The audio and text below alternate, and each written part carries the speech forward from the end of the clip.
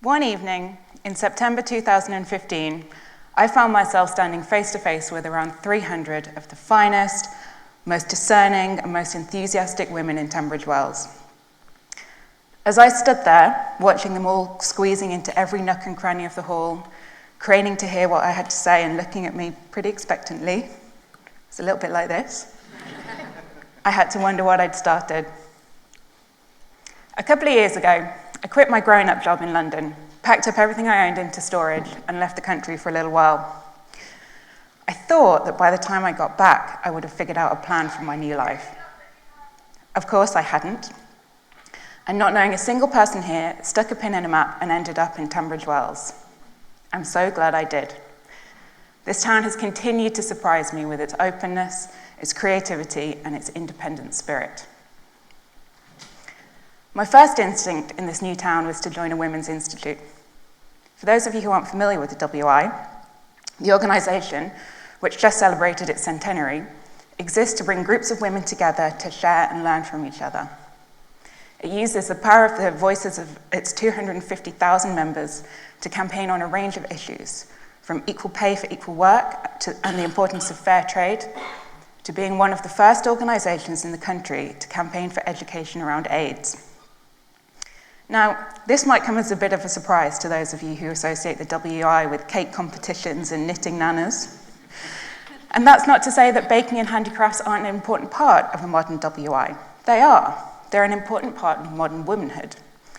But so is educating the next generation of girls to be brave. So is calling out blatant sexism when we see it.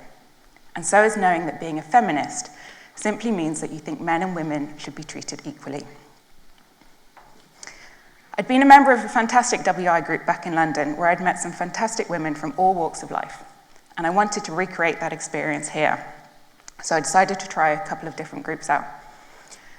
The ladies in Hawkenbury could not have been more welcoming, and they couldn't wait to share their lace-making skills with me. The ladies in Southborough embraced me as one of their own right off the bat and were a fantastic, joyful group. However, for all of their great qualities, these groups weren't quite what I was looking for. I wanted to join a dynamic, enthusiastic group who could use their voices for the betterment of people everywhere. I realised there was only one thing for it, and I was going to have to make it happen myself. So fast forward a couple of weeks to that night in the hall. I'd expected maybe 20 or 30 people would turn up, and was beyond shocked when people kept coming through the door. Clearly, these women felt a need for something that wasn't being met elsewhere. A need for a place to be just themselves. Not somebody's mother, not somebody's partner, not somebody's boss, but just themselves.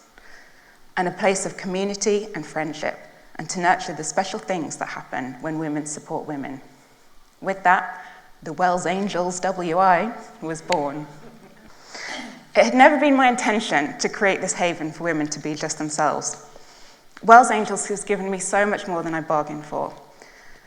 And truth be told, it's not me that made the group what it is. That's down to the women who came that first night and kept coming and coming. They've made the group so much more than the sum of its parts, and much more than I could have anticipated when I made the decision to start it. The other thing I couldn't have anticipated was the act of courage it took for some members to come along that first night. I've been told stories of crippling social anxiety, of fabulous women who may not have left the house at all that day had it not been for those first brave steps out of the door. Members of all ages have reported walking into the hall that night brought back all the fear and anxiety of the schoolyard.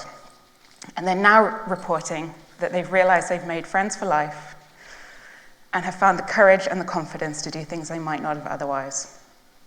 It's often said that you can tell who the strong women are. They're the ones raising each other up instead of tearing each other down.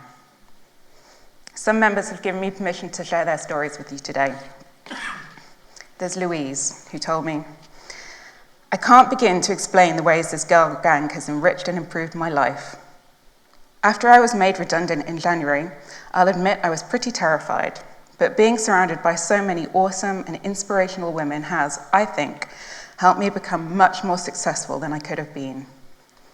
Being in Wells Angels totally feels like you're walking through life with a massive group of kick-ass ladies behind you, and they've all got your back." And then there's Kitty, who described her nerves before that first meeting being unfounded. She told me, "I personally have never had the privilege of sitting in a space with so many other women. It was a very profound experience for me and one I won't forget in a hurry. I knew at that point I was in if they'd have me. It was the first time I'd felt like me for quite a while." And then this Sarah, who told me, "Being a mum can be a pretty lonely life, and although I grew up in Tunbridge Wells, I didn't really have any friends here.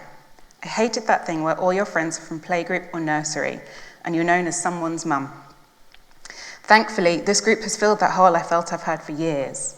I don't know how having a massive laugh at gin tastings or learning how to sow seeds illegally makes me feel like I'm part of the greater good, but it does." Now, I'm fully aware that maybe 50% of you in the audience today are men, and you may be thinking, what about us?